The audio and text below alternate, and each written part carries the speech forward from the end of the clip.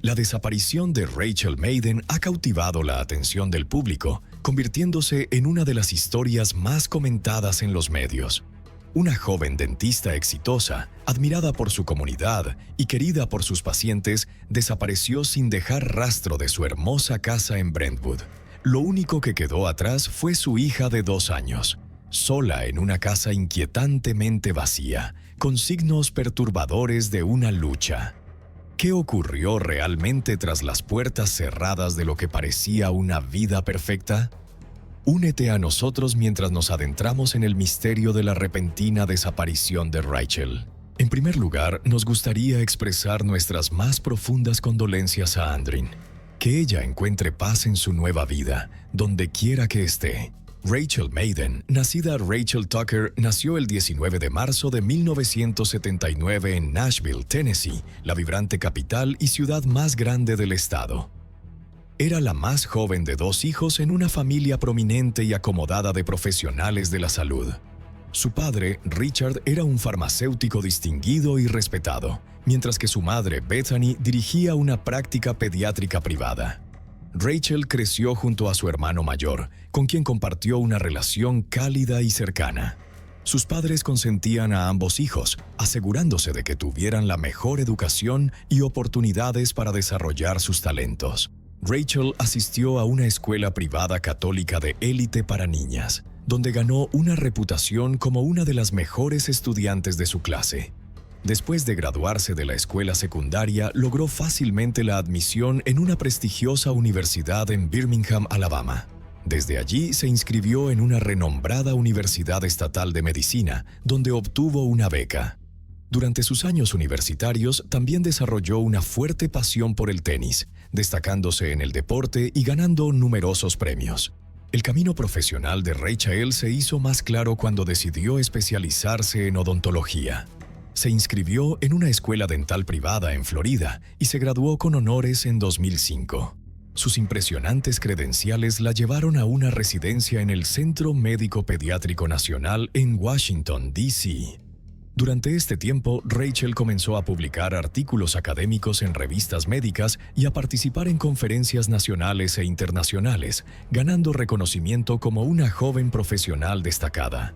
Desafortunadamente, la trágica vuelta de los acontecimientos para la familia ocurrió cuando una sombra oscura se cernió sobre la vida de Rachel en 2004, mientras aún era estudiante.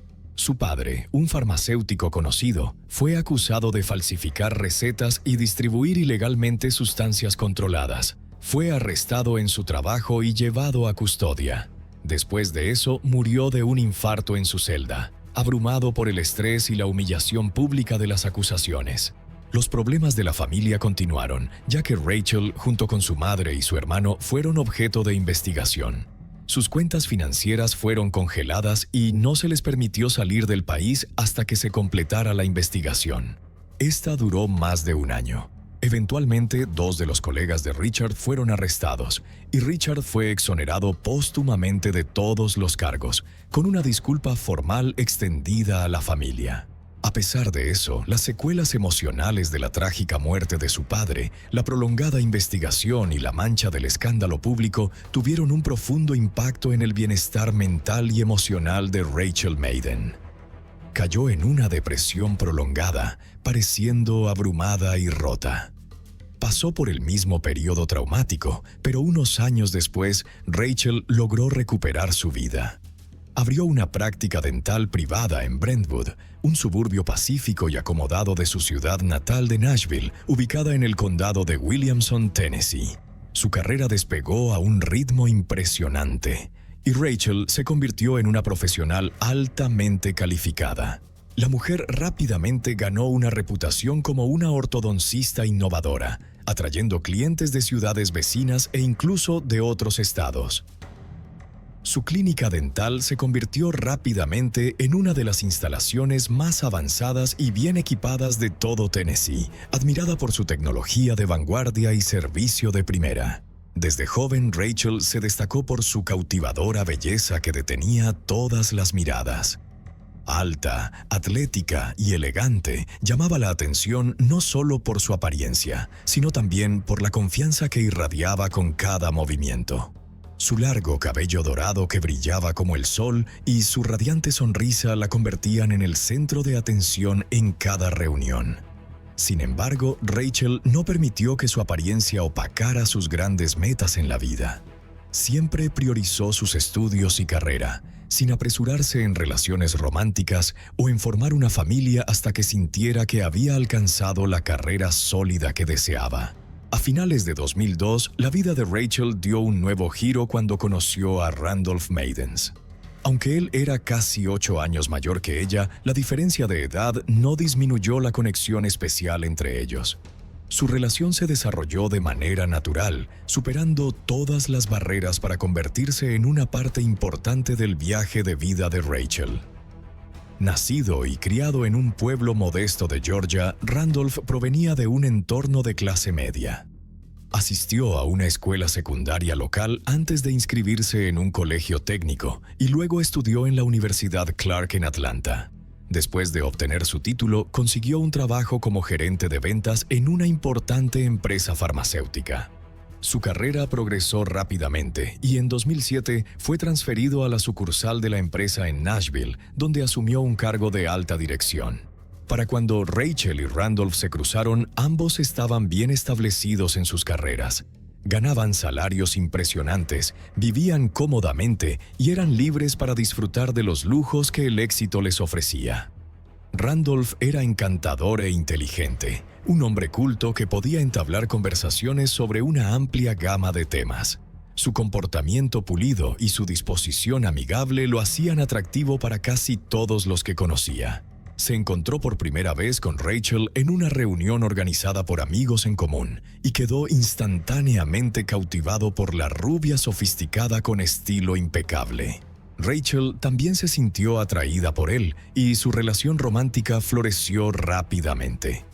Para 2009, Randolph le propuso matrimonio. Abrumada de alegría, Rachel aceptó con entusiasmo su sincera propuesta. La pareja celebró su amor con una gran boda, rodeados de familiares y amigos. Después de su lujosa boda, los recién casados, con el apoyo de la familia de Rachel, compraron una impresionante mansión situada en el vecindario más exclusivo de Brentwood. La casa tenía todo lo que necesitaban para un estilo de vida cómodo y seguro. La zona circundante estaba llena de encantadores parques, campos de golf prístinos y bares y restaurantes de alta gama, frecuentados por la comunidad adinerada. A solo 15 minutos en auto se encontraba un bullicioso distrito de negocios, hogar de las sedes de varias grandes corporaciones. La oficina de Randolph estaba ubicada en uno de esos edificios corporativos, mientras que la clínica privada de su esposa se encontraba cerca en una instalación independiente de última generación. Su lujosa casa estaba ubicada dentro de los terrenos de un prestigioso club privado, y el vecindario en sí era conocido como una de las áreas más seguras y deseables del estado. A finales de 2010, la pareja dio la bienvenida a su hija, Natalie. Su felicidad parecía completa y sin límites. Una madre devota con una feroz ambición, Rachel no permitió que su nuevo papel la apartara de su carrera por mucho tiempo. A pesar de su corta licencia de maternidad, continuó supervisando las operaciones de su clínica y regresó a trabajar a tiempo completo menos de un año después. Sin embargo, a mediados de 2012, el comportamiento de Randolph comenzó a tomar un giro preocupante. Comenzó a beber en exceso, alegando que era la única forma de relajarse de las presiones de su exigente trabajo. Los esfuerzos de Rachel por tener conversaciones significativas con él sobre su creciente consumo de alcohol no llevaron a nada. Este hombre negó obstinadamente haber desarrollado un problema con el alcohol, insistiendo en que podía dejarlo en cualquier momento. A medida que pasaban los meses, su esposa se preocupaba cada vez más. Ella sospechaba que los problemas de Randolph iban más allá del alcohol y que podría estar usando otras sustancias más peligrosas. Sus estados de ánimo se volvieron erráticos y mostró episodios de agresión irracional repentina. Su comportamiento se volvió más impredecible y, a veces, genuinamente aterrador. Cualquier intento de discutir la situación resultaba en discusiones explosivas o era recibido con una negación completa, dejando a Rachel sintiéndose impotente y profundamente preocupada. Los cambios negativos en el comportamiento de Randolph Maiden comenzaron a afectar inevitablemente su vida profesional. Su rendimiento laboral se desplomó y, tras varias advertencias de sus superiores, terminó perdiendo su trabajo. A pesar de ello, la grave consecuencia no provocó ninguna autorreflexión, ni lo inspiró a encauzar su vida.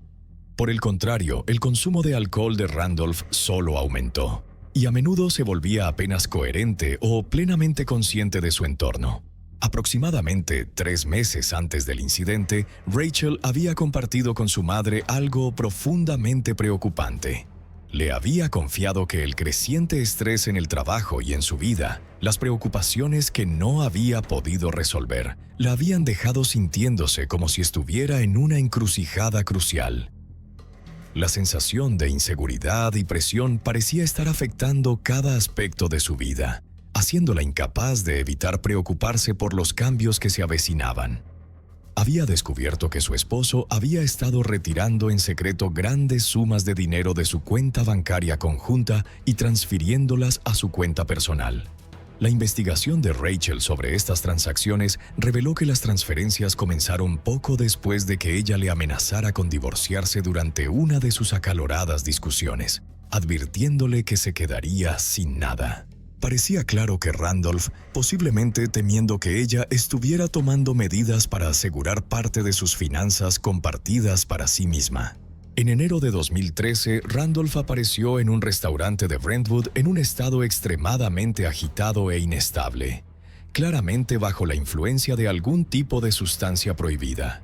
Su comportamiento era errático y confrontacional. Estaba acosando a otros clientes y parecía intentar causar problemas. En un ataque de pánico, el gerente del restaurante llamó a los servicios de emergencia para reportar la creciente alteración. Minutos después, esta persona volvió a llamar para informar que, mientras el personal intentaba escoltar a Randolph fuera del edificio, cayeron varias balas de gran calibre de su bolsillo de la chaqueta, junto con una pequeña caja que contenía pastillas desconocidas. Cuando llegó la policía, se acercaron a Randolph, pero en lugar de arrestarlo de inmediato, simplemente lo advirtieron. Cabe destacar que cuando registraron el auto, los oficiales encontraron una pistola en el asiento trasero, que Randolph tenía licencia para poseer, pero cuando le preguntaron por qué llevaba el arma, el hombre no pudo proporcionar una explicación convincente. Cuando trató de meterse en el asiento del conductor y escapar, los oficiales lo detuvieron, dándose cuenta de que estaba intoxicado.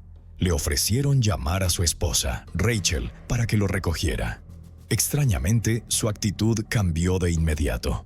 Se volvió desesperado y les rogó que no la contactaran. Su comportamiento era el de un niño asustado, preocupado por el castigo. Siguió suplicando, afirmando que su esposa estaría furiosa si se enteraba, y prometió que una situación así nunca volvería a ocurrir. Sigue sin estar claro quién vino a recoger a Randolph esa noche. En ese momento llamó a alguien y aproximadamente 15 minutos después, un auto se detuvo en el restaurante. Randolph se subió rápidamente y se fue. Ninguno de los testigos logró ver bien al conductor, pero algunos relatos sugieren que podría haber sido un ex colega. El caso comenzó con una llamada telefónica la noche del 21 de abril de 2013. El departamento de policía de Brentwood recibió una llamada frenética de una mujer angustiada, que no había podido comunicarse con su hija en todo el día y se preocupaba cada vez más tanto por la seguridad de su hija como por el bienestar de su joven nieta. La llamadora era Bethany, la madre de Rachel, cuya voz temblaba de miedo mientras explicaba la alarmante situación. Bethany sabía bien sobre las luchas de su yerno Randolph con el alcohol y sustancias adictivas. También había visto cómo su comportamiento se volvía impredecible, incluso temerario, cuando perdía el control. Recientemente, Randolph había hecho amenazas aterradoras, que iban desde autolesionarse hasta agredir a Rachel. Bethany también mencionó que su nieta, Natalie, que solo tenía 2 años y medio, probablemente estaba en la casa. Con todas estas señales, rogó a la policía que enviaran a alguien para revisar la situación de inmediato. La policía respondió rápidamente.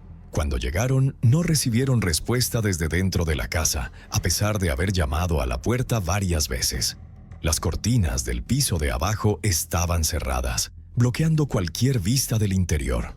Sin embargo, un fuerte sonido proveniente de la casa hizo que todos se estremecieran. Era el inconfundible llanto de un niño.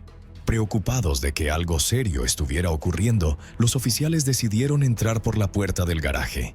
Dentro de la casa, el silencio era inquietante, roto solo por los desesperados gritos del niño. Más adelante en el pasillo, los oficiales encontraron a Natalie, una niña de 2 años y medio, sentada en el suelo llorando y llamando a su madre en pánico. Sus ojos estaban llenos de lágrimas, llenos de miedo y confusión, pero como era tan pequeña, no podía explicar lo que había sucedido. Mientras continuaban buscando, los oficiales notaron señales inusuales, manchas de sangre a lo largo del pasillo, en las paredes y en el suelo. Siguiendo el rastro, entraron en la sala de estar y descubrieron una escena espantosa. Rachel yacía inmóvil en el suelo, su cuerpo cubierto de heridas. Junto a ella, en el sofá, había una pistola dejada como evidencia del crimen. La investigación determinó más tarde que la víctima había sufrido 9 heridas de bala, incluidas 2 en la espalda, lo que indicaba que había sido perseguida y atacada violentamente. Las manchas de sangre en el pasillo, la entrada, la sala de estar e incluso la puerta del dormitorio sugerían que la violencia había sido generalizada, como si hubiera sido objetivo de una persecución implacable. La policía también encontró signos de que el sospechoso había intentado encubrir el crimen. El cuerpo de Rachel había sido envuelto en una manta y había trazas de sangre que se habían intentado limpiar de las paredes y el suelo. Pero quizás la cantidad de sangre era tan grande que este intento fue abandonado. Después del crimen, el sospechoso huyó de la escena. El esposo de Rachel, Randolph, fue identificado de inmediato como el principal sospechoso y se convirtió en un hombre buscado. Afortunadamente, Natalie, a pesar de su grave trauma psicológico, no resultó físicamente herida. El impacto emocional del incidente era evidente en su rostro inocente después de lo ocurrido. La policía creía que probablemente había sido testigo de toda la tragedia, una experiencia aterradora para una niña demasiado joven para entender completamente lo que había sucedido. Cuando escuchó la noticia, Bethany, angustiada y en estado de shock, se apresuró a la escena.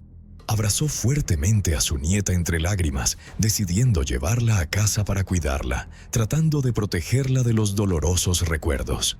Mientras tanto, en el exclusivo club de campo donde vivía la familia de Rachel, una gran fuerza policial estaba presente para investigar el caso.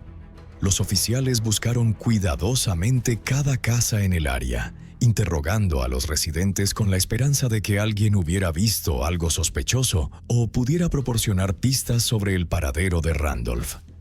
El esfuerzo de búsqueda fue extenso, incluyendo helicópteros sobrevolando para ampliar el área de búsqueda. Las autoridades consideraban al hombre una amenaza seria, extremadamente peligroso debido a su comportamiento errático y la posibilidad de que aún estuviera armado. La foto de Randolph se transmitió rápidamente en las noticias de la tarde, junto con un llamado público a la asistencia. La policía pidió a cualquier persona con información sobre su paradero que se pusiera en contacto de inmediato y advirtieron a la comunidad que estuviera atenta y evitara acercarse a él si lo veían. El incidente no solo conmocionó al vecindario de Brentwood, sino que también causó una profunda preocupación en toda la comunidad. Todos estaban observando la búsqueda con la esperanza de que se hiciera justicia y que el autor de esta horrible tragedia fuera pronto capturado. Durante una búsqueda en la casa, los investigadores encontraron una nota, más precisamente, una carta completa escrita por el sospechoso. En la carta ofrecía una disculpa a su joven hija. Aunque nunca mencionó explícitamente lo que había hecho, Randolph también expresó su gratitud a su suegra y a otros miembros de la familia de Rachel, agradeciéndoles por su amabilidad y apoyo a lo largo de los años. Escribió sobre su amor y aprecio por ellos, pero luego lanzó una diatriba sobre cómo su esposa había hecho su vida insoportable. Randolph contactó repentinamente a la policía, declarando que estaba listo para entregarse. Sonaba cansado y exhausto por teléfono, confesando que estaba harto de vivir huyendo y quería enfrentar las consecuencias de sus acciones.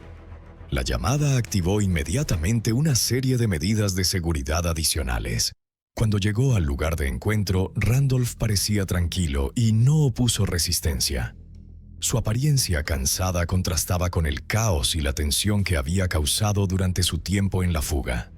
Los oficiales, que lo habían estado buscando día y noche, suspiraron aliviados, pero permanecieron vigilantes. Sabían que, a pesar de la cooperación actual de Randolph, seguía siendo un individuo extremadamente peligroso con un comportamiento errático y un historial de violencia. Tras su arresto, Randolph fue trasladado al centro de detención local, donde fue formalmente acusado del asesinato de su esposa, Rachel, y de poner en peligro a su hija. Su declaración a las autoridades fue inicialmente breve y sin emoción, ofreciendo poca explicación por sus acciones más allá de lo que había escrito en la carta.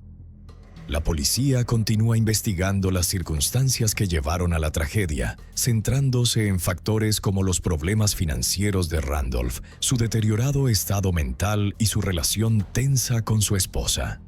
Aunque había muchas señales de advertencia sobre la inestabilidad y adicción de Randolph, la brutalidad del crimen ha dejado a muchos cuestionando cómo pudo cometer un acto tan horrible. Cuando el caso se hizo público, la comunidad de Brentwood estaba en estado de shock. Nadie esperaba que alguien que había sido visto como un profesional exitoso y respetado cometiera un crimen tan atroz. La familia de Rachel, sumida en un profundo duelo por su pérdida, comenzó a prepararse para la batalla legal que se avecinaba, decididos a buscar justicia no solo por Rachel, sino también para proteger a su hija de los efectos psicológicos a largo plazo del incidente. Mientras tanto, los investigadores continúan buscando los detalles desconocidos de los motivos de Randolph. Están examinando sus registros financieros, su comportamiento pasado y los conflictos en su relación con su esposa. Sin embargo, la mayor pregunta sigue siendo: ¿qué llevó a Randolph a cometer un acto tan extremo y trágico? El caso no termina ahí. En una ocasión, un incidente que había ocurrido anteriormente obligó a las fuerzas de seguridad a tomar medidas de emergencia. Se volvió beligerante, gritando al personal y a su esposa, avergonzándola frente a otros clientes. Varios testigos recordaron cómo Rachel intentó calmarlo, pero Randolph continuó escalando la situación, dejando claro que ya no era el hombre que una vez fue. El incidente terminó con él siendo escoltado fuera del restaurante por seguridad, pero el daño a su relación ya se había hecho. A pesar de las crecientes señales de problemas, Randolph trabajó duro para ocultar su deterioro de los ojos del público. Al mantener una apariencia pulcra y profesional, convenció a muchos de que nada estaba mal. Los colegas, que habían admirado a Randolph como un profesional astuto y exitoso, no pudieron ocultar su asombro a medida que la verdad de su transformación emergía gradualmente. Irónicamente, este hombre sigue insistiendo en que sus acciones son el resultado de años de tormento y control por parte de Rachel. Se pintó a sí mismo como una víctima, afirmando que su esposa había sido emocionalmente abusiva, controlando cada aspecto de su vida. Sin embargo, aquellos que conocían bien a la víctima encontraron difícil reconciliar esta representación con la mujer amable y empática que habían conocido. Creían que el comportamiento de Randolph siempre había sido un reflejo de sus propias elecciones en lugar de ser el resultado de cualquier influencia externa. A lo largo de la investigación, la defensa de Randolph se mantuvo igual. Culpa a su esposa por su caída, su adicción y sus eventualidades violentas. La verdad es que muchos en la comunidad y en la aplicación de la ley permanecieron escépticos de sus afirmaciones, especialmente dada la gravedad del crimen. La evidencia en su contra, incluida la carta que había escrito, parecía sugerir que estaba tratando de evitar asumir la plena responsabilidad por sus acciones y, en cambio, intentaba justificarlas como una consecuencia de su propio sufrimiento. A medida que el caso avanzaba, quedó claro que la caída de Randolph había sido mucho más compleja de lo que cualquiera había realizado inicialmente. Su comportamiento había sido errático durante meses y sus relaciones, especialmente con su esposa, habían estado bajo tensión durante años. A pesar de sus afirmaciones de tormento psicológico, era evidente que las luchas personales de este hombre y el abuso de sustancias desempeñaron un papel significativo en los trágicos eventos que se habían desarrollado. En otra ocasión, cuando Rachel intentó llevar a Randolph a casa en un estado de desorden, él perdió los estribos, lanzó vasos y botellas contra la pared y amenazó con hacerle daño. Aunque el incidente se mantuvo en secreto en ese momento, la noticia del comportamiento violento llegó rápidamente a la dirección de la empresa de Randolph. Como resultado, fue despedido poco después.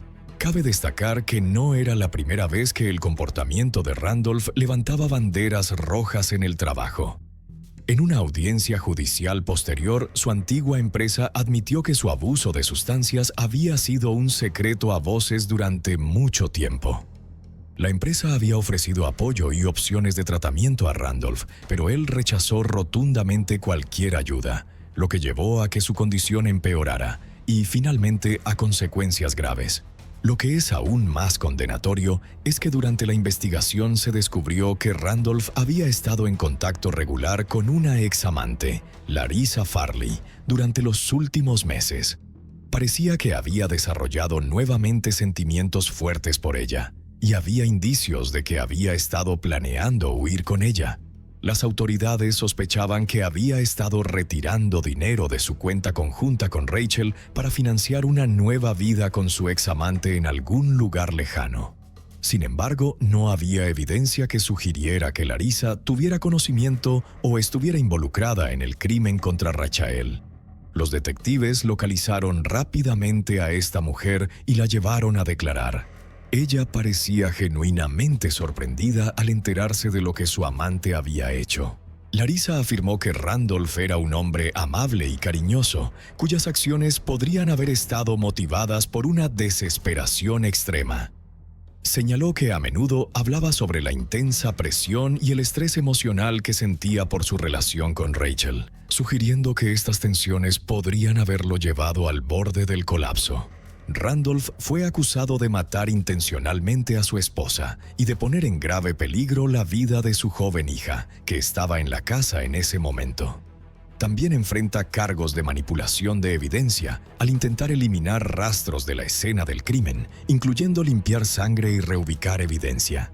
Los investigadores encontraron que Randolph había envuelto el cuerpo de Rachel en una manta, lo que sugiere que tenía la intención de deshacerse del cuerpo. Creen que más tarde abandonó el plan, posiblemente por falta de energía o miedo a ser descubierto por los vecinos. Randolph fue mantenido en custodia y su fianza se fijó en la asombrosa suma de $2 millones. Mantuvo su inocencia, afirmando que Rachel lo había provocado. En junio de 2013, su abogado solicitó con éxito que la fianza se redujera a $7,000, que Randolph pagó utilizando dinero de su cuenta compartida con su esposa. La madre de Rachel, Bethany, luchó con fuerza para evitar esto, pero el hábil abogado defensor de Randolph logró asegurar el acceso de su cliente a esos fondos. A pesar de la gravedad de las acusaciones, el hombre de 42 años fue liberado bajo arresto domiciliario, confinado en la misma mansión donde había cometido el crimen contra su esposa. Más tarde, las condiciones se relajaron aún más y se le permitió moverse libremente por la ciudad mientras esperaba el juicio. La fecha del juicio se fijó para septiembre de 2014, casi un año y medio después. Los repetidos esfuerzos de Bethany para impugnar este acuerdo indulgente fueron desestimados. La única incomodidad de Randolph durante este periodo fue tener que usar un monitor de tobillo para rastrear sus movimientos. Además, una orden judicial le prohibió contactar a su hija o a cualquiera de los miembros de la familia de Rachel, ya sea directa o indirectamente. Alrededor de 6 meses después, Bethany finalmente logró obtener una orden judicial que prohibía a Randolph utilizar los bienes que había acumulado con su difunta hija y revocaba su derecho a vivir en la mansión. Lamentablemente, esto no detuvo a Randolph de regresar descaradamente a la casa y llevarse lo que consideraba valioso, incluyendo pertenencias de alto precio. Su audacia indignó a todos y se presentaron cargos de desacato al tribunal en su contra. El abogado defensor de Randolph volvió a desestimar hábilmente los cargos, manteniéndolo fuera de problemas. De alguna manera parecía encontrar la manera de eludir las grietas del sistema legal, incluso financiándolo con dinero que había desviado abiertamente de las cuentas personales y conjuntas de Rachel. Los incansables esfuerzos de Bethany y su familia para recuperar o congelar los fondos robados no tuvieron éxito. Randolph aparecía frecuentemente en la corte con una sonrisa engreída, como si disfrutara de la sensación de ser invulnerable. Un hombre peligroso, responsable de un crimen atroz cometido frente a un niño, se le permitió salir libre. Los testigos destacaron repetidamente el historial de adicción de Randolph, señalando que se volvía errático, agresivo y completamente incontrolable cuando estaba bajo la influencia de estimulantes. Pero cada vez sus abogados lograban convencer a los jueces de que Randolph no representaba una amenaza real y merecía continuar viviendo como un ciudadano libre. En un nuevo arresto, juicio y sentencia inesperadamente indulgente, Randolph fue arrestado nuevamente en diciembre de 2013. Esta vez fue atrapado mientras estaba bajo la influencia de sustancias controladas, intentando entrar en la casa de un extraño. Hablaba de manera incoherente, alternando entre pedir ayuda, hacer amenazas y falsamente identificarse como un oficial de policía, exigiendo que los ocupantes abrieran la puerta de inmediato. Este incidente fue lo suficientemente grave como para que se le revocaran los privilegios de fianza y se le mantuviera en custodia hasta el juicio. Según la ley de Tennessee, la acumulación de cargos que enfrentaba Randolph podría haber llevado a la pena de muerte, y por una vez parecía que finalmente podría ser responsabilizado.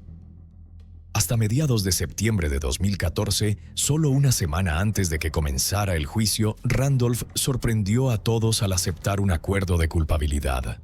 Se declaró culpable de asesinato en segundo grado, manipulación de evidencia y poner en peligro el bienestar de su joven hija. La corte tuvo en cuenta su cooperación y su declaración de culpabilidad. Randolph fue condenado a 25 años de prisión, un término significativamente reducido de los 60 años que había solicitado la fiscalía. Además, su abogado negoció la elegibilidad para la libertad condicional después de solo 15 años, condicionada a un buen comportamiento. En la sala del tribunal, el delincuente condenado ofreció una disculpa a su hija y a la familia de Rachel, pero sus palabras parecieron insinceras. La madre de Rachel, Bethany, vio la decisión del tribunal como un agravio personal y un insulto a la memoria de su amada hija. Sintiendo el dolor de un sistema de justicia que parecía fallarle, esta mujer hizo numerosos intentos para apelar la sentencia en tribunales superiores. También participó en varias entrevistas, con la esperanza de llamar la atención pública sobre lo que consideraba un error judicial. Hasta ahora, la sentencia de Randolph permanece sin cambios. La hija de Rachel, Natalie, ha sido puesta bajo el cuidado de su abuela materna, Bethany. Según los términos de la herencia, la niña heredará todos los activos de su difunta madre cuando alcance la mayoría de edad. Rachel Maiden, una madre devota y exitosa dentista, se convirtió trágicamente en una víctima de un destino inesperado y desgarrador. Aunque la vida no le permitió terminar su propia historia, hay esperanza de que su pequeña lleve el amor y la fuerza de su madre a lo largo de su camino por delante. Que esta historia sirva como un poderoso recordatorio de la importancia del amor, la familia y los momentos fugaces que a menudo damos por sentado.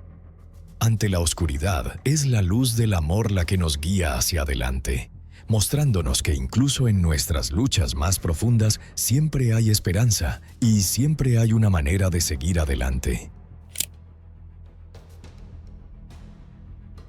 El caso que voy a discutir hoy tuvo lugar en la ciudad del Lago Salado, la ciudad más grande de Utah, Es una ciudad capital con una población de más de 2,000 habitantes, y su tasa de criminalidad es ligeramente más alta que en otras ciudades. El número de homicidios se mantiene alrededor de 10-15 casos anuales. A finales de 2010, la dueña de una librería local fue asesinada dentro de su tienda, apuñalada hasta la muerte con unas tijeras. La policía pasó casi 10 años investigando el caso, sospechando e interrogando a muchas personas, pero no tenían pistas sobre la identidad del verdadero asesino. Más tarde, utilizaron la tecnología de genealogía de ADN más avanzada para identificar a los familiares cercanos del asesino, rastreando gradualmente al culpable a través de relaciones de sangre. Esto finalmente reveló toda la verdad detrás del caso. El asesino era alguien completamente inesperado para la policía.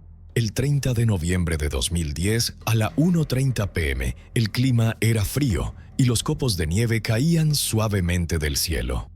La policía de la ciudad del Lago Salado recibió una llamada telefónica inquietante. El llamante era un hombre que dijo que había estado trabajando por la mañana y que acababa de regresar a la librería que poseía. Al llegar, encontró a su esposa asesinada en el área de almacenamiento, donde guardaban libros valiosos, con unas tijeras clavadas en el pecho. El despachador del 911, basado en su experiencia previa, pidió detalles y comenzó a guiar al llamante sobre cómo ayudar a la víctima. Sin embargo, el hombre respondió impacientemente que no quería ayudar, ya que su esposa ya estaba muerta. El operador del 911 respondió: «Vale, déjame darte algunas instrucciones de RCP para ayudar». La llamada continuó con más intercambios entre el despachador y el llamante. El personal de respuesta se apresuró inmediatamente a la escena. De repente, un hombre salió corriendo de la librería gritando: «¡Aquí, aquí! Está en la parte de atrás de la librería». Los oficiales le preguntaron quién era. El hombre se presentó como Mike, un empleado de los dueños de la tienda. Con la guía de Mike, entraron a la librería y revisaron rápidamente las áreas principales de la tienda. Luego se dirigieron por un pasillo lleno de estanterías y libros, hacia la parte trasera del área de almacenamiento. Al llegar a la puerta del cuarto de almacenamiento, vieron a una mujer tendida boca abajo bajo una estantería. Una chaqueta de hombre cubría su pecho y abdomen. Su rostro estaba pálido y sus labios eran morados, lo que indicaba que había estado muerta durante más de una hora. Unas tijeras ensangrentadas habían caído junto a ella. El hombre que llamó a la policía, el dueño de la tienda, informó a los oficiales que la fallecida era su esposa, Sherry Black. Dijo que su esposa había estado bien cuando él salió por la mañana, pero cuando regresó la encontró sangrando profusamente, con la parte superior del cuerpo expuesta y las tijeras clavadas en su pecho. Estaba aterrorizado y llamó inmediatamente al 911. Al llegar, los oficiales se dieron cuenta rápidamente de que ella ya había fallecido. Para preservar su dignidad, el esposo había sacado las tijeras y la había cubierto con la chaqueta.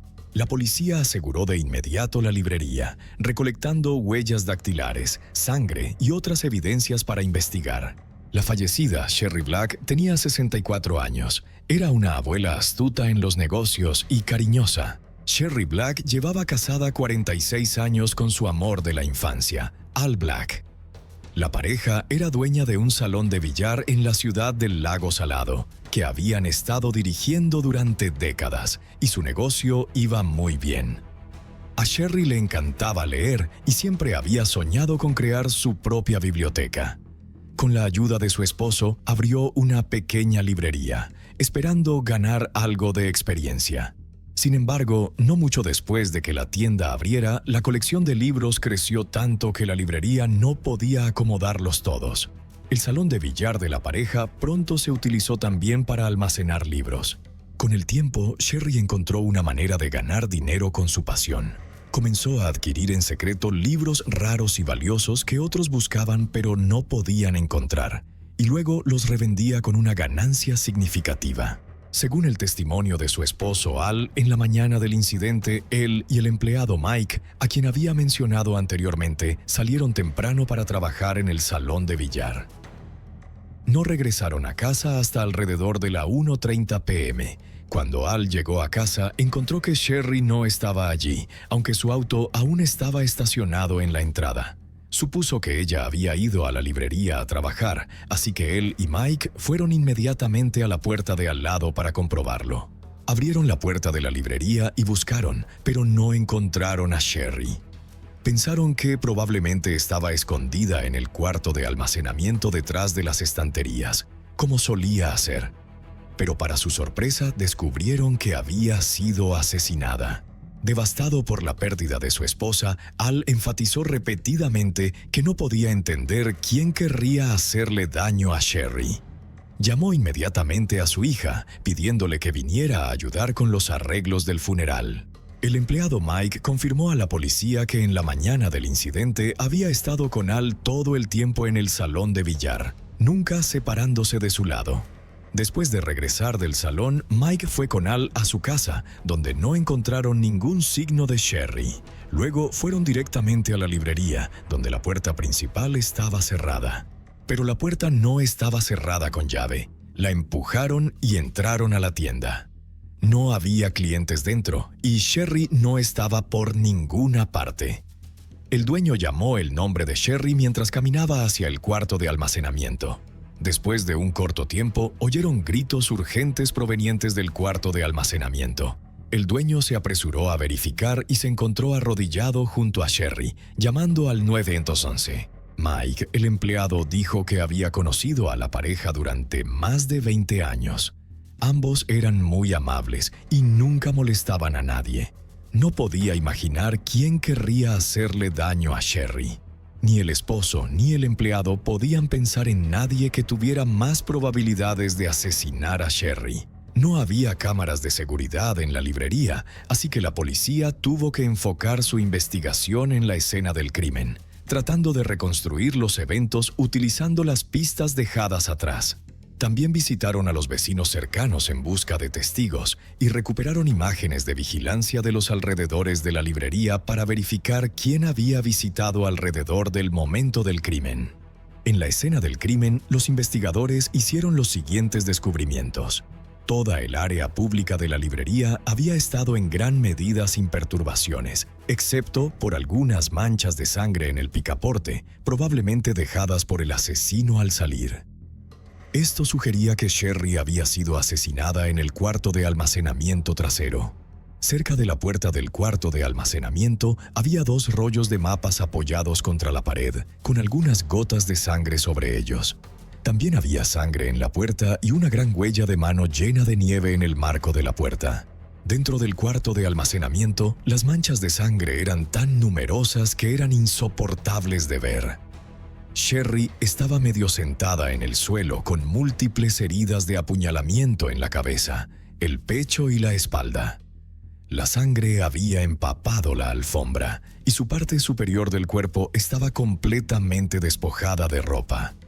El motivo del crimen parecía ser de naturaleza de violación personal, y era posible que las verdaderas intenciones del asesino no se hubieran ocultado. El asesino probablemente activó una cortina de humo intencionalmente.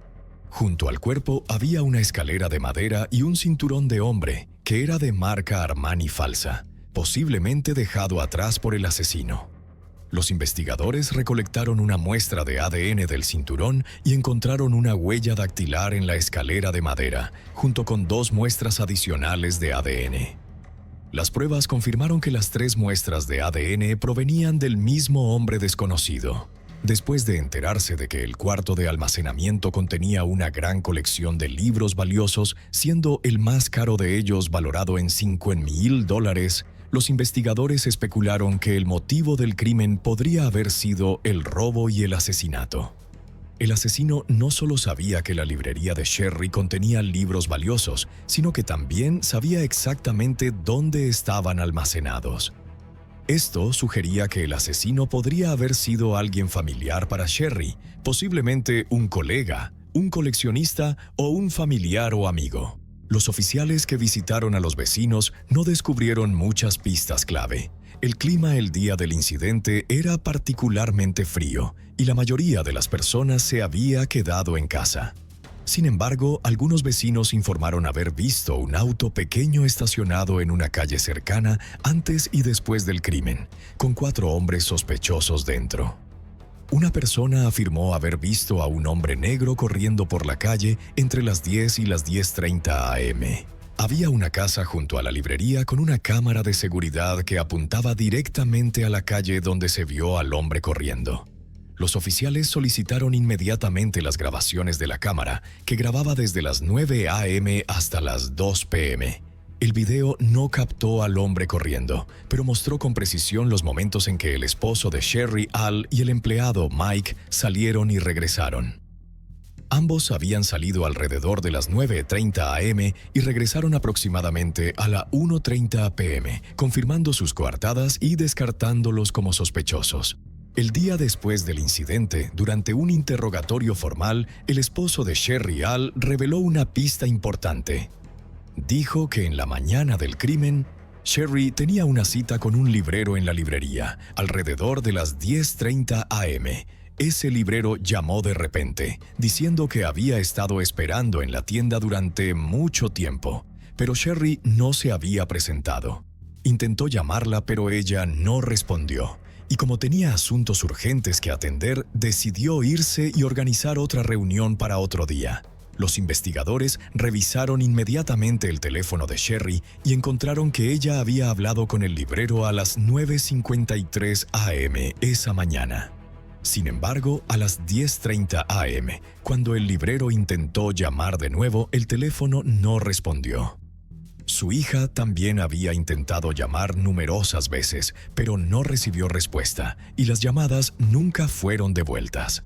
Con esta información, los investigadores dedujeron que la hora de muerte de Sherry probablemente fue entre las 9:53 y las 10:30 am, lo que coincidía con el tiempo que el librero había estado esperando en la librería. Se convirtió en el principal sospechoso del caso. La policía citó al librero a la estación para interrogarlo.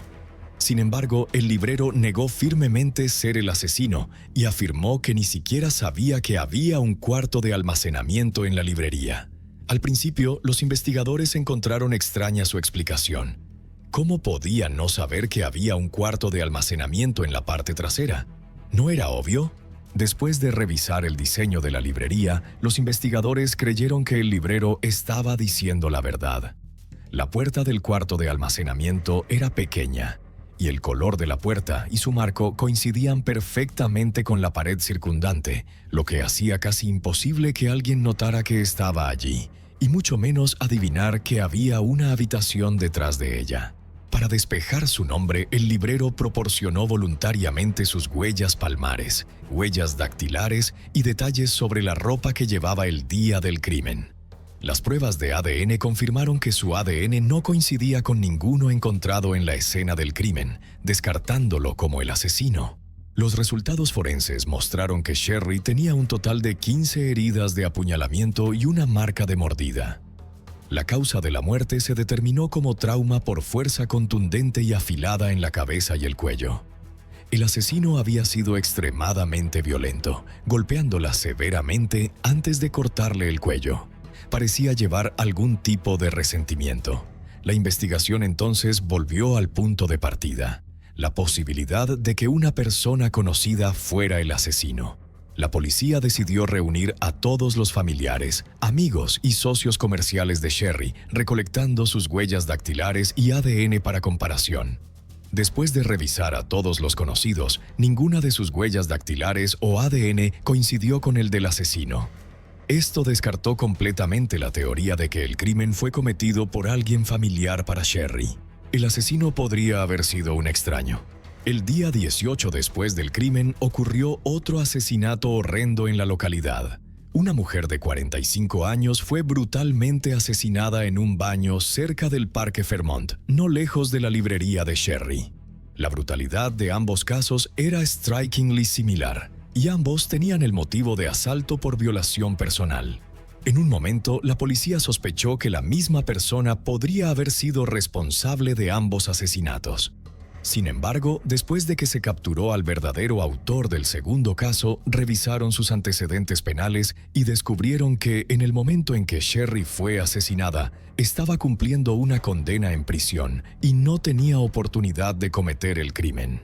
Con la sexta semana de la investigación por delante, la policía recibió una pista de un ciudadano preocupado que informó que uno de sus amigos afirmaba estar involucrado en el asesinato de Sherry. Según el amigo, su plan original era robar una línea de transmisión de energía, pero las cosas salieron mal y durante el robo accidentalmente mataron a Sherry. La policía localizó inmediatamente al amigo del informante y lo obligó a someterse a una prueba de detector de mentiras, pero los resultados fueron decepcionantes. No era el asesino que estaban buscando. Sin nuevas pistas y sin que aparecieran sospechosos, la investigación se volvió más difícil y la esperanza de resolver el caso comenzó a desvanecerse. Si Sherry hubiera sido solo una anciana común de una familia regular, la verdad podría nunca haber salido a la luz, pero no lo era. Tenía conexiones, y su yerno también. Greg Miller provenía de una de las familias más ricas de Utah. El negocio familiar, el grupo Larry H. Miller, opera en 46 estados de Estados Unidos, con empresas que abarcan bienes raíces, atención médica, finanzas, entretenimiento y más. El yerno de Sherry, el CEO de todo el grupo, significaba que este caso debía ser una prioridad máxima para la ciudad del Lago Salado. La hija de Sherry ofreció inmediatamente una recompensa de $5,000 por cualquier información que condujera a un avance en el caso. Pronto, más de 100 pistas inundaron el departamento de policía. Los investigadores pasaron mucho tiempo y energía siguiendo estas pistas, pero los resultados seguían siendo insatisfactorios. El tiempo pasó rápidamente, y antes de que se dieran cuenta, habían pasado 6 años desde el incidente. El investigador principal del caso se jubiló, y otro oficial, estrechamente conectado con la familia de Sherry, asumió el caso, dedicándose a encontrar al asesino. Pronto se dio cuenta de que la clave para resolver el caso estaba en el ADN del perpetrador. De hecho, desde los primeros momentos después del asesinato de Sherry, se habían recolectado las huellas dactilares y el ADN del asesino, y se habían ingresado en la base de datos de la policía. Las habían cruzado con criminales conocidos en el sistema, pero no se había encontrado coincidencia. Incluso después de 6 años, la base de datos, que se actualizaba continuamente, aún no contenía la información del asesino, lo que sugería que el perpetrador había dejado de cometer crímenes. Esto significaba que el enfoque anterior de la investigación podría no funcionar más. En lugar de ajustar su estrategia, los investigadores tomaron un paso más audaz. Contactaron a una empresa genética de terceros para analizar el ADN del asesino. Finalmente, en el 7º año después del crimen, en 2017, la policía pudo obtener una imagen del asesino. Rápidamente publicaron un boceto compuesto basado en el ADN del asesino. El genetista reconstruyó la apariencia del asesino a 3 edades diferentes. Al ver la imagen del verdadero asesino, quedó claro que había una coincidencia de aproximadamente el 80-90%. El yerno de Sherry, aprovechando el impulso, ofreció nuevamente una recompensa de $25,000, animando a cualquier persona que conociera al asesino a presentarse y contactar a la policía. Esto llevó a que más de 60 nuevas pistas inundaran el departamento de policía. Los nuevos investigadores analizaron meticulosamente estas pistas y compararon el ADN de más de 60 personas.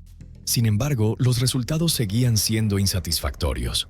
Pasaron 2 años más, y para 2019, el 9º año de la investigación, otra empresa de pruebas genéticas contactó inesperadamente a la policía, ofreciendo ayudar a analizar el ADN del asesino.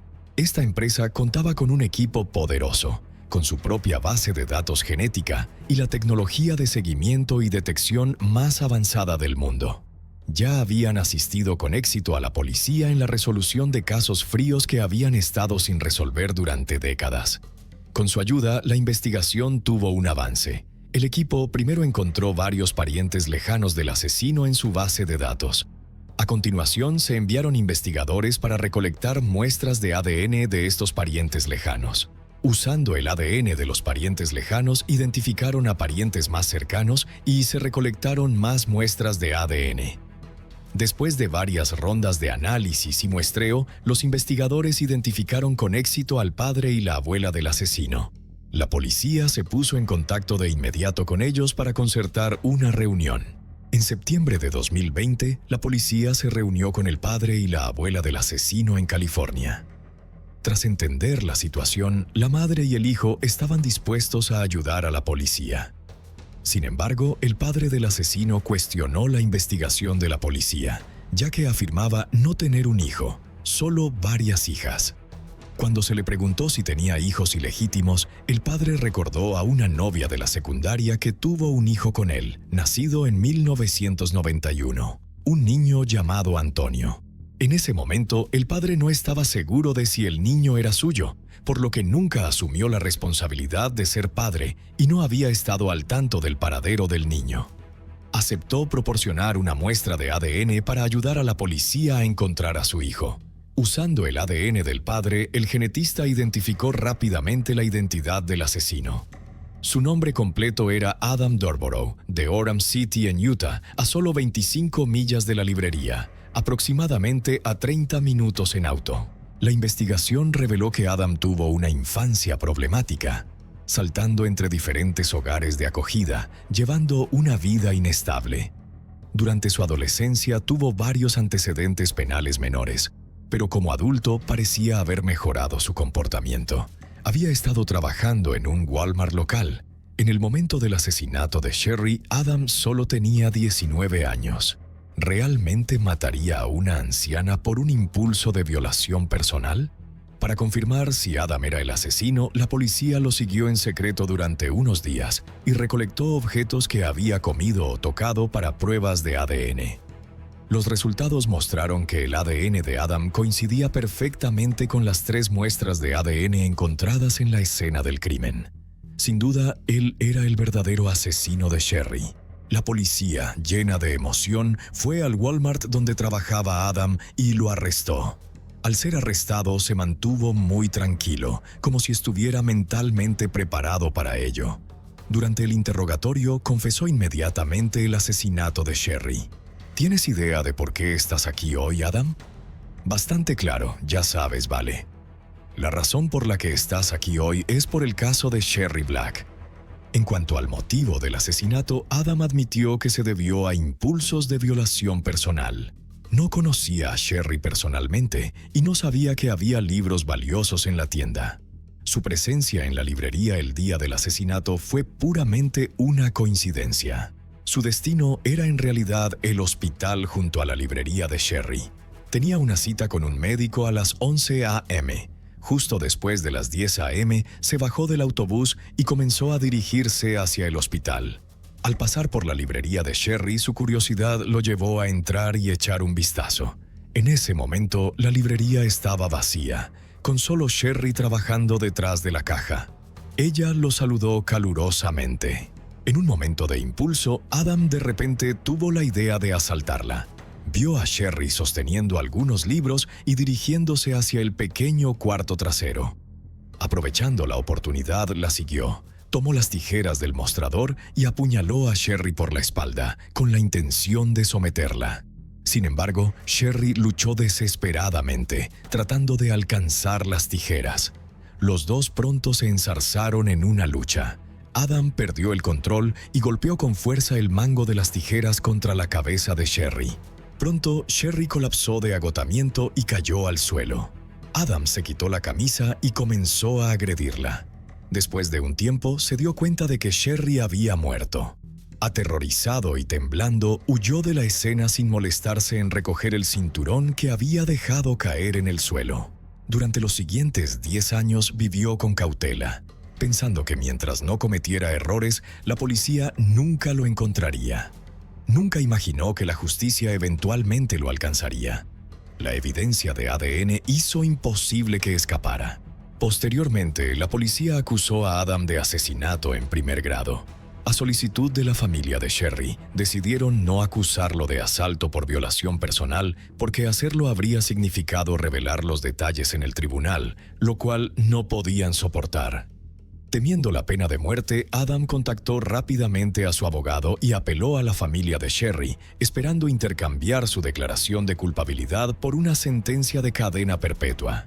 La familia de Sherry, después de 10 años buscando justicia, aceptó su solicitud sin dudarlo. No querían pasar la próxima década atrapados en un largo juicio. En febrero de 2022, el 12º año desde el asesinato, Adam, de 31 años, fue sentenciado a cadena perpetua sin posibilidad de libertad condicional. El adolescente que aparecía en la foto es Carlos Hallowell, y detrás de ese rostro tranquilo se esconde un crimen bárbaro que conmocionó a toda la comunidad de Inverness, Florida, en el verano de 2019. Cuando la policía encontró el cuerpo sin vida de Denise Elaine Hallowell, la madre adoptiva de Carlos, tendida inmóvil en la cama con un hacha profundamente incrustada en su cabeza. No podían haber imaginado que el hijo adoptivo de 17 años, con su voz calmada en la llamada al 911, era el culpable. Cuanto más profundizaba la investigación, más descubría la policía capas de secretos ocultos. Cámaras de seguridad desactivadas, un teléfono desaparecido y un plan que parecía haber sido premeditado. Si quieres explorar toda la escalofriante verdad detrás de un caso que parecía un acto espontáneo pero estaba lleno de un cálculo frío, quédate hasta el final del video. El caso de la familia Hallowell es inusualmente complejo y completamente atípico en todos los sentidos. A primera vista parecían una familia común, sin nada fuera de lo ordinario. Sus colegas y vecinos no podían decir una sola palabra negativa sobre ellos. Pero de alguna manera los problemas parecían seguirlos siempre. Cosas extrañas, a veces verdaderamente perturbadoras, habían ocurrido alrededor de esta familia. Cuando la madre fue encontrada sin vida en su hogar bajo circunstancias escalofriantes y sospechosas, la atención se dirigió rápidamente a sus hijos. A medida que los detectives profundizaban en el caso, comenzaron a descubrir una serie de secretos familiares perturbadores, del tipo que pintaban un cuadro muy diferente de la vida pacífica y aparentemente ordinaria que la familia Hallowell había retratado a lo largo de generaciones. La familia Hallowell vivía en un pequeño pueblo en el condado de Marin, ubicado en el suroeste de California. No eran ricos, pero poseían una espaciosa casa de 2 pisos en la comunidad no incorporada de Haines, justo junto al pintoresco lago Cedro. Esta propiedad había pertenecido a la familia desde mediados de la década de 1950, lo que significa que 3 generaciones habían vivido bajo el mismo tejado. Cabe destacar que solo había unas 15 casas a lo largo de ese lago, y los residentes habían convivido durante muchos años. Esto creaba una comunidad unida e íntima, donde todos se conocían. El crimen era prácticamente inexistente y los extraños eran una rareza. La zona estaba rodeada de exuberante vegetación, lo que la convertía casi en un paraíso escondido. En 1965, tras muchos intentos fallidos de convertirse en padres, la pareja Hallowell decidió adoptar a una niña cuya madre biológica había renunciado a sus derechos parentales. La niña tenía solo 3 meses cuando la llevaron a casa y la nombraron Denise. Desde ese momento, ella se convirtió en el centro de su universo. Fue criada en un entorno amoroso y cuidadoso. Recibió una educación sólida y tuvo la libertad de perseguir su mayor pasión, los deportes extremos. A los 20 años, aún estudiante universitaria, Denise se casó por primera vez con un compañero de clase llamado Richard. Ambos compartían un amor por el paracaidismo, y de hecho, el día de su boda, la pareja y sus testigos realizaron un salto grupal en paracaídas. Durante la caída libre, Denise y Richard intercambiaron anillos en el aire, pero la emoción de su estilo de vida aventurero no pudo sostener su relación. Como muchas parejas jóvenes, simplemente no estaban preparados para las realidades de la vida matrimonial, las luchas diarias y los compromisos. Se divorciaron 2 años después de la boda y eventualmente perdieron el contacto por completo. En 1998, a los 33 años, Denise se casó por segunda vez. Esta vez, su pareja fue Benjamin, quien era casi una década mayor que ella. La pareja esperaba formar una familia, pero a Denise le diagnosticaron complicaciones de salud que hacían imposible el embarazo. En lugar de renunciar a su sueño de ser padres, eligieron un camino menos tradicional, inspirados por la estrella de Hollywood Angelina Jolie. En 2006, Denise, de 41 años, y Benjamin, de 51, adoptaron a un niño llamado Carlos. El niño tenía solo 4 años, era de Guatemala, y el proceso de adopción fue costoso y desafiante. Un año después, adoptaron a otro niño, Ángel, de Honduras. Otro proceso complejo y costoso que exigió mucho de la pareja emocional y financieramente. Aunque ahora tenían 2 hijos, el matrimonio de Denise y Benjamin seguía siendo tenso. En 2012 decidieron separarse. Tras el divorcio, los niños se quedaron con Denise, mientras que Benjamin se mudó a otro estado.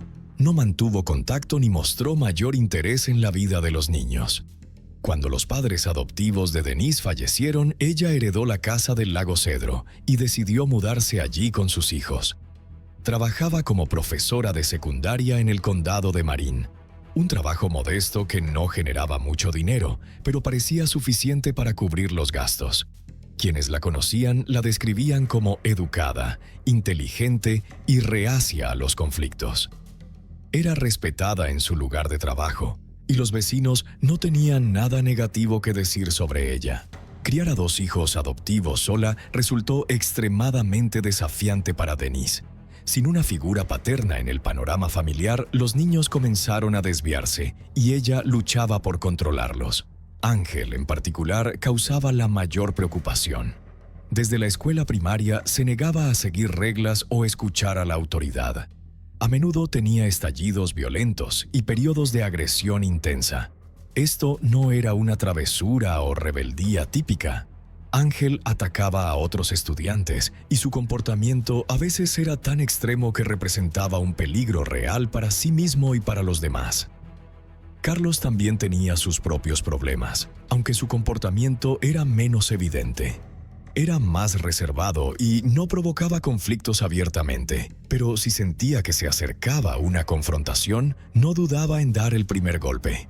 Carlos luchaba por conectar con sus compañeros y tenía muy pocos amigos, pero encontraba algo de consuelo en las actividades deportivas. Los 2 hermanos nunca se llevaron bien. A pesar de crecer en la misma casa durante años, no lograron formar un vínculo. De hecho, eran abiertamente hostiles el uno con el otro. Sus peleas eran intensas y frecuentes, y estaba claro que albergaban un profundo resentimiento. Sin embargo, Denise parecía no considerar esto como un problema serio.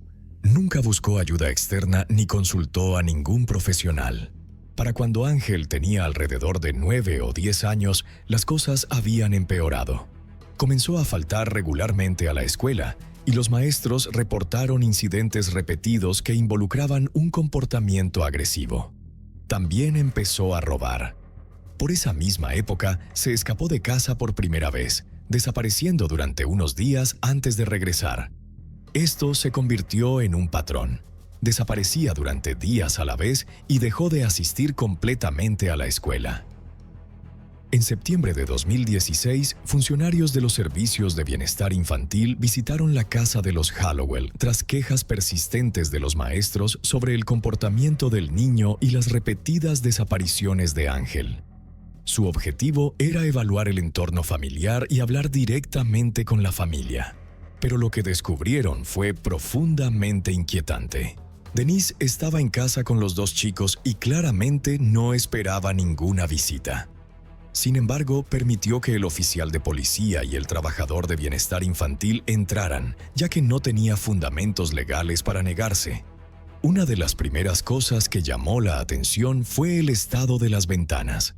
Las ventanas de la planta baja estaban parcialmente cubiertas desde el interior con cartón, lo que hacía imposible ver lo que ocurría dentro desde el exterior. Dentro de la casa, donde Denise vivía con sus 2 hijos, algo se sentía extraño desde el principio. No había señales de los pasatiempos o actividades recreativas habituales que uno podría esperar. Ni juguetes, ni bicicletas, ni patinetas. El lugar estaba casi vacío, conteniendo solo los muebles más básicos, todos heredados de sus padres fallecidos. La cocina tenía un refrigerador viejo y una lavadora desgastada. Denise tenía una cama en su propia habitación, pero sus hijos dormían en colchones inflables colocados directamente en el suelo. Sin embargo, el descubrimiento más impactante ocurrió cuando los funcionarios inspeccionaron la habitación de Ángel. No se parecía en nada a un dormitorio típico. Se asemejaba más a una celda de aislamiento que a cualquier otra cosa. La pesada puerta de madera no solo tenía un cerrojo simple en el interior, sino también un gran pestillo metálico instalado en el exterior. Había una pequeña trampilla construida en la puerta, también con cerradura, claramente utilizada para pasar comida y agua al interior sin abrir completamente la puerta. La habitación carecía de luz, con las ventanas cubiertas de cartón, bloqueando toda la luz natural. En una esquina, Ángel estaba sentado silenciosamente en un colchón desgastado. En la esquina opuesta había un cubo de plástico maloliente, que contenía aproximadamente 1/3 de desechos humanos. El hedor coincidía con el estado de la habitación. Sin embargo, Ángel no parecía asustado, parecía enojado. Los tres, Denise y sus 2 hijos, fueron llevados inmediatamente a la comisaría local. Un psicólogo infantil habló con los chicos, mientras que Denise fue interrogada sobre las alarmantes condiciones en el hogar. Explicó que encerrar a Ángel en su habitación era algo que hacía por razones de seguridad, para evitar que los hermanos pelearan y para impedir que el menor se escapara nuevamente. Su explicación no convenció a los funcionarios, especialmente cuando Ángel comenzó a contar su versión de la historia. Dijo que Carlos lo golpeaba frecuentemente, lo humillaba e incluso lo amenazaba con matarlo. Según Ángel, su madre nunca intervenía ni lo protegía. Al sentirse inseguro, había intentado escapar varias veces. Tras cada fuga, Denise comenzó a encerrarlo en la habitación, a veces durante días. Dijo que no le daban acceso a un baño adecuado y que solo le proporcionaban un cubo de plástico para sus necesidades. La comida y el agua se pasaban a través de la pequeña trampilla en la puerta, mientras que la puerta permanecía cerrada en todo momento. Tras este testimonio, Denise fue arrestada. Las autoridades decidieron colocar temporalmente a ambos chicos en cuidado protector mientras buscaban nuevas familias de acogida. Se esperaba que un juez decidiera qué pasaría después, pero entonces ocurrió algo inesperado. Carlos comenzó a defender a su madre adoptiva. Según Carlos, su hermano menor era un peligro serio, no solo para sí mismo, sino para todos a su alrededor. Nadie parecía capaz de controlar el comportamiento de Ángel, y su madre, en sus palabras, solo hacía lo que podía para mantener a todos a salvo. Carlos compartió que Ángel una vez llevó un cuchillo a la escuela y casi lastimó a un compañero. Afortunadamente, nadie resultó herido. Su relato fue corroborado más tarde por el personal de la escuela, quienes admitieron haber encubierto el incidente a pedido del padre del compañero, quien también trabajaba en la escuela. Carlos continuó defendiendo apasionadamente a su madre adoptiva, insistiendo en que quería volver a casa y vivir con ella como antes. En cada audiencia apoyó a Denise y suplicó al tribunal que no le quitaran sus derechos parentales. Otros testigos, incluidos parientes y vecinos, no pudieron proporcionar mucha información. Todos describieron a la familia Hallowell como decente y consideraban a Denise una madre cariñosa y responsable. En última instancia, el caso parecía inclinarse a su favor. Denise no parecía culpable de ningún acto deliberado de mala conducta. Parecía simplemente estar abrumada e incapaz de lidiar con el comportamiento extremadamente problemático de su hijo menor. Al final, Ángel fue colocado en una instalación psiquiátrica, luego transferido a un hogar grupal para adolescentes de alto riesgo y más tarde asignado a una nueva familia de acogida. Denise fue completamente absuelta de todos los cargos y se le restauró la custodia legal de Carlos, como él había esperado. Carlos regresó a la casa junto al lago y retomó una vida aparentemente normal. La tarde del 13 de julio de 2019, alrededor de las 6:00 p.m., un adolescente en pánico llamó a los servicios de emergencia del condado de Marin, informando que su madre había sido atacada. El joven de 17 años, angustiado, suplicó que la policía y los paramédicos llegaran rápidamente. Esperó a los equipos de emergencia al final del camino de entrada. Carlos llevó a los rescatistas al dormitorio de su madre, y lo que vieron fue aterrador. Denise yacía de lado en la cama, con un hacha incrustada en la parte trasera de su cabeza. La sangre había empapado la almohada, creando una gran mancha roja. Cuando llegaron los primeros en responder, ella aún mostraba débiles signos de vida, pero a pesar de todos los esfuerzos, falleció camino al hospital. Carlos fue el único testigo del incidente y proporcionó una historia que generó más preguntas que respuestas. Dijo que ese mismo día soñó Zoyan.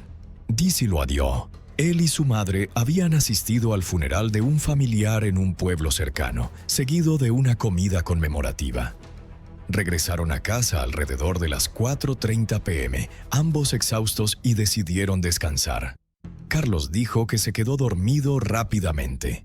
Aproximadamente una hora después, alrededor de las 6:00 p.m., se despertó por ruidos extraños y los ladridos de los perros. Al mirar por la ventana, notó que la puerta del corral de los perros estaba abierta y sus perros corrían sueltos por el patio. Preocupado, fue a ver a su madre, y fue entonces cuando descubrió la horrible escena. Inmediatamente contactó a los servicios de emergencia con la esperanza de que su madre aún pudiera ser salvada. Cuando los investigadores preguntaron a Carlos quién podría tener motivos para hacerle daño a su madre, no dudó. Señaló directamente a Ángel. Según él, solo su hermano albergaba suficiente ira y resentimiento hacia Denise como para querer hacerle daño.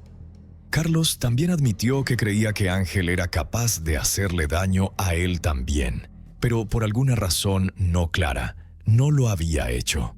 Agregó que ya no se sentía seguro y temía lo que podría pasar después.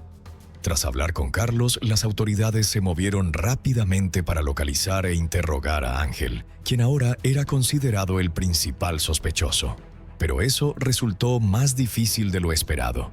Nadie parecía saber dónde estaba el joven de 15 años.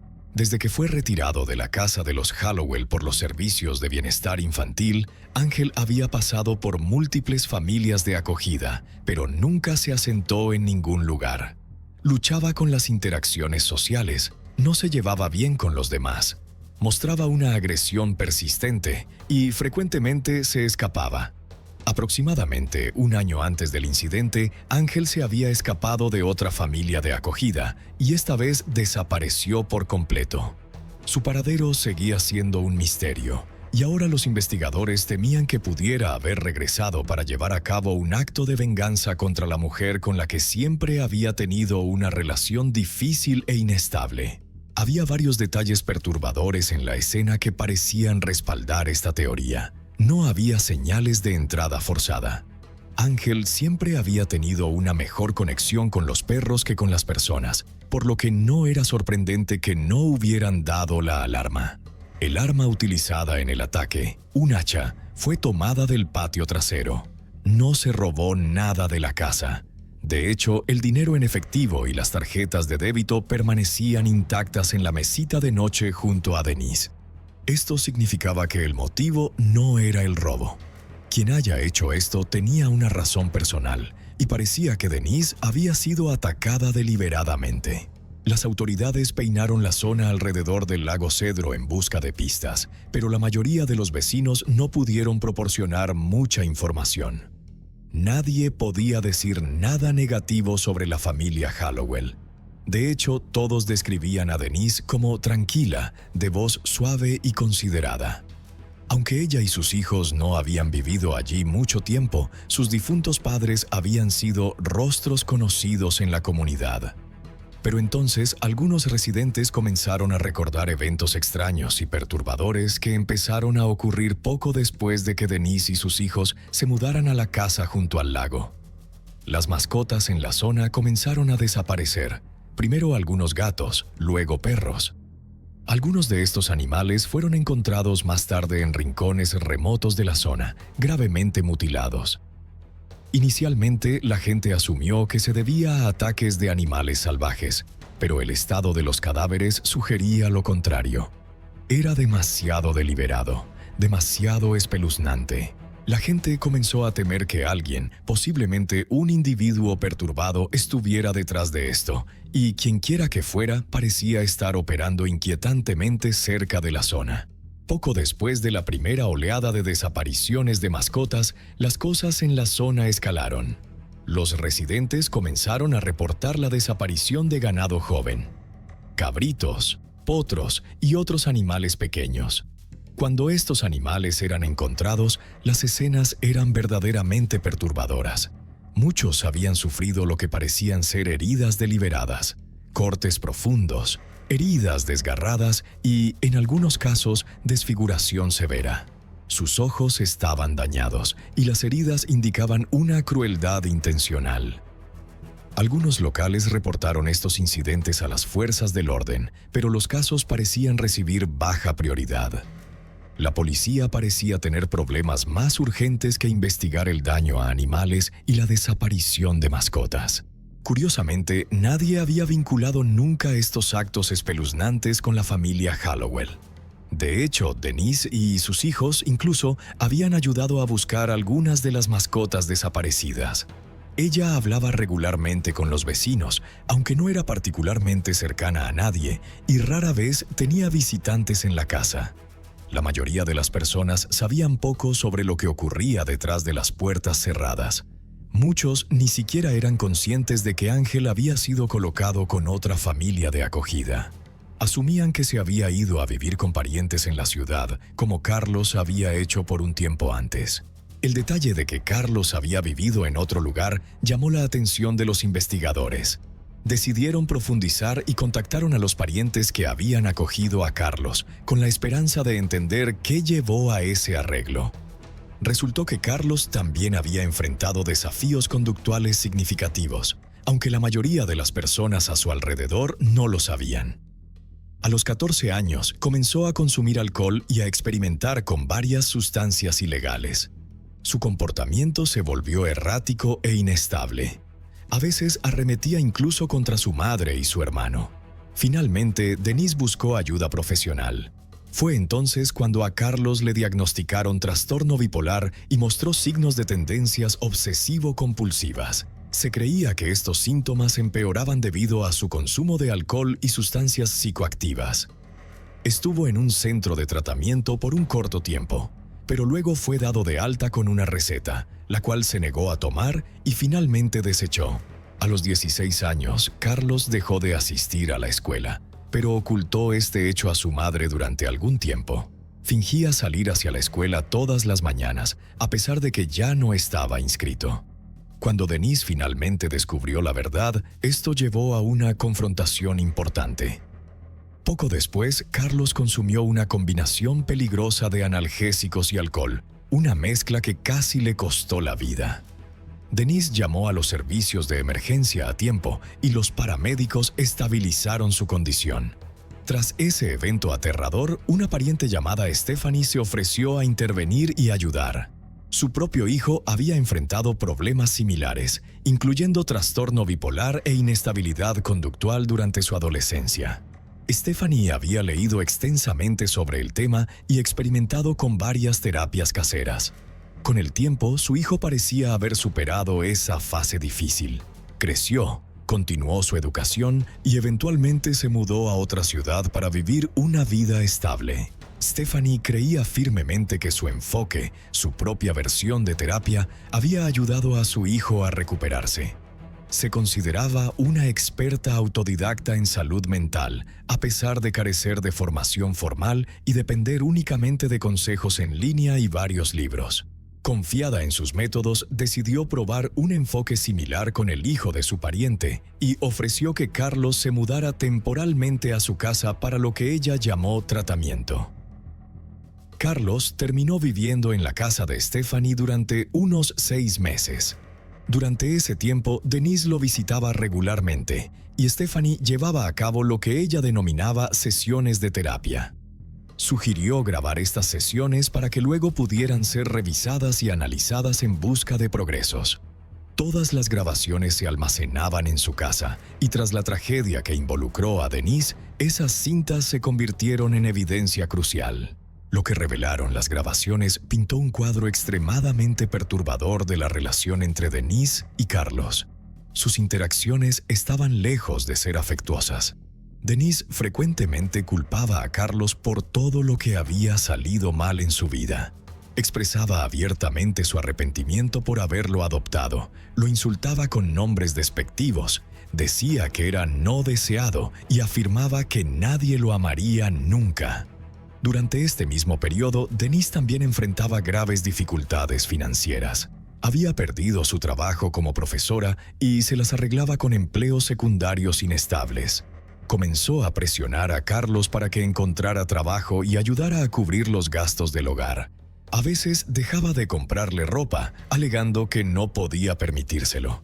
Eventualmente, incluso se negaba a alimentarlo, diciendo que si quería comer, tenía que comprar su propia comida. Las cosas empeoraron aún más. Denise recurrió al abuso verbal, haciendo referencia a su adopción en términos crueles. Decía cosas como que ella y su esposo lo habían recogido de las calles y que sin ella habría muerto de hambre o sucumbido a alguna enfermedad en un barrio degradado. Hacía comentarios despectivos con carga racial, le recordaba cuánto le había costado el proceso de adopción e incluso le exigía que le pagara esos gastos. Sin embargo, a pesar de todo esto, aproximadamente un mes antes de la tragedia, Carlos expresó su deseo de volver a vivir con su madre adoptiva. A sugerencia de Stephanie, incluso hizo una lista de razones por las que quería regresar.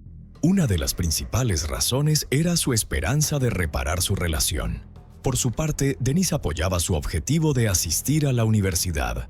Creía que la educación era una parte importante de su futuro y prometió ayudar a cubrir los costos de la matrícula si podía. Stephanie alentó a Denise a instalar cámaras de vigilancia en ciertas habitaciones de la casa, específicamente en las áreas donde ella y Carlos interactuaban más, para que Stephanie pudiera seguir monitoreando su comportamiento de forma remota. La idea sonaba inusual, pero Denise aceptó, en parte como precaución. Claramente no confiaba completamente en Carlos y temía que, en un momento de ira, pudiera perder el control. Curiosamente, esas cámaras, junto con el teléfono de Denise, desaparecieron misteriosamente de la casa. El sistema de vigilancia había sido desactivado el día antes del incidente. Carlos afirmó que no tenía nada que ver con eso. Según él, Denise manejaba todo por sí misma. En cuanto al teléfono, dijo que no lo vio y que no tenía idea de dónde podría estar. Una semana antes de la tragedia estalló otra discusión acalorada entre Denise y Carlos, una que escaló a un altercado físico. Un vecino presenció el incidente por casualidad e intervino. Él les advirtió que si algo así volvía a ocurrir, no dudaría en llamar a la policía. Tras la muerte de Denise, Carlos fue considerado inmediatamente una persona de interés. Sin embargo, en ese momento no había suficiente evidencia concreta para acusarlo formalmente. Las autoridades lo interrogaron, pero finalmente lo liberaron. En ese punto, el principal sospechoso seguía siendo su hermano desaparecido, Ángel. El día después del incidente, un adolescente local, vecino y amigo de Carlos, pasó por la casa para ofrecer sus condolencias. Eran de la misma edad y tenían una amistad casual, pero Carlos no parecía visiblemente angustiado. En cambio, le dijo a su amigo que todo lo que necesitaba hacer era superar las próximas 3 semanas hasta su cumpleaños número 18. Entonces dijo: vendería esa casa maldita, la casa de los horrores, y dejaría la zona para siempre. El amigo quedó impactado tanto por las palabras como por la inquietante calma con la que fueron dichas. Compartió esta conversación con sus padres, quienes luego contactaron a la policía. Esto llevó a las autoridades a traer a Carlos para interrogarlo nuevamente, pero no proporcionó nueva información.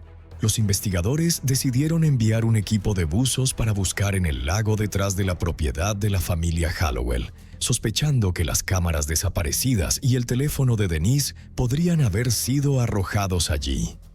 El lago no era particularmente grande y no tomó mucho tiempo recuperar los objetos. Desafortunadamente, las cámaras no tenían valor. Habían sido desactivadas antes del incidente y no contenían grabaciones. Sin embargo, el teléfono contó una historia diferente. Los datos mostraron que se había apagado, posiblemente tras entrar en contacto con el agua, solo 10 minutos antes de que Carlos llamara a los servicios de emergencia.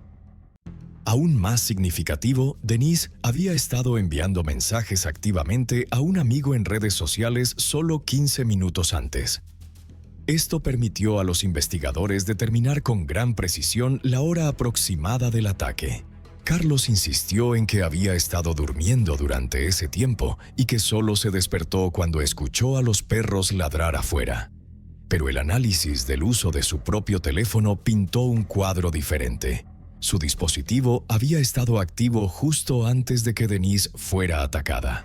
Además, un vecino cercano le dijo a la policía que había visto a Carlos afuera alrededor de las 5:30 p.m., caminando hacia el cobertizo en el patio trasero. Cuando se le confrontó con esta evidencia, incluida la declaración del vecino, Carlos comenzó a retractarse y se volvió inconsistente en sus respuestas. Finalmente admitió que efectivamente había estado afuera alrededor de esa hora. Dijo que estaba cortando leña en el patio trasero para desahogarse tras una discusión con su madre. En un momento, Carlos dijo que volvió a entrar para tomar un vaso de agua. Se sentó en la cocina durante unos 5 minutos y fue entonces cuando escuchó a los perros ladrar. Salió, pero no vio a nadie que pudiera haberlos dejado salir.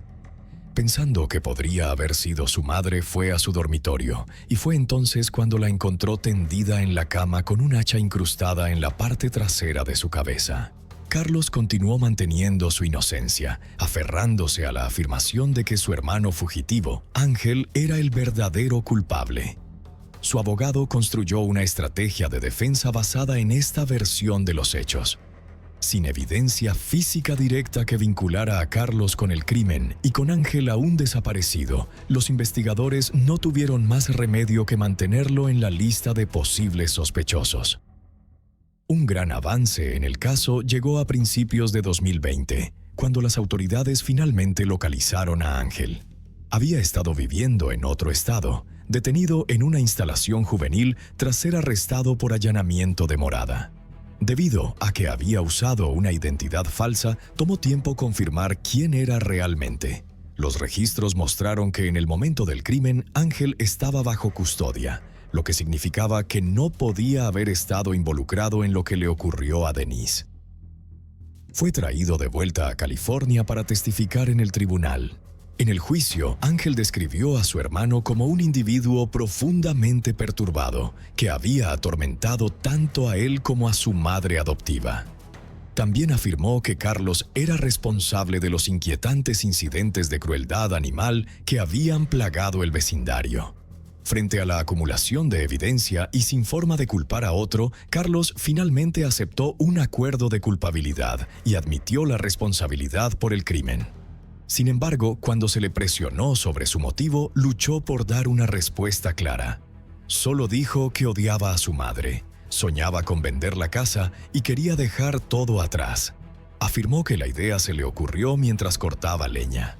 Esta explicación fue utilizada para intentar enmarcar el acto como no planeado, un estallido espontáneo en lugar de violencia deliberada. Carlos incluso afirmó que había experimentado un colapso mental temporal, pero el hecho de que las cámaras de vigilancia habían sido desactivadas de antemano y luego retiradas de la casa pintaba un cuadro diferente, uno de preparación cuidadosa. En marzo de 2021, Carlos fue condenado por el asesinato intencional y premeditado de su madre adoptiva. Fue sentenciado a cadena perpetua sin posibilidad de libertad condicional. Sin embargo, debido a que era menor de edad en el momento del crimen, el tribunal le otorgó el derecho a que su sentencia sea revisada en 2041.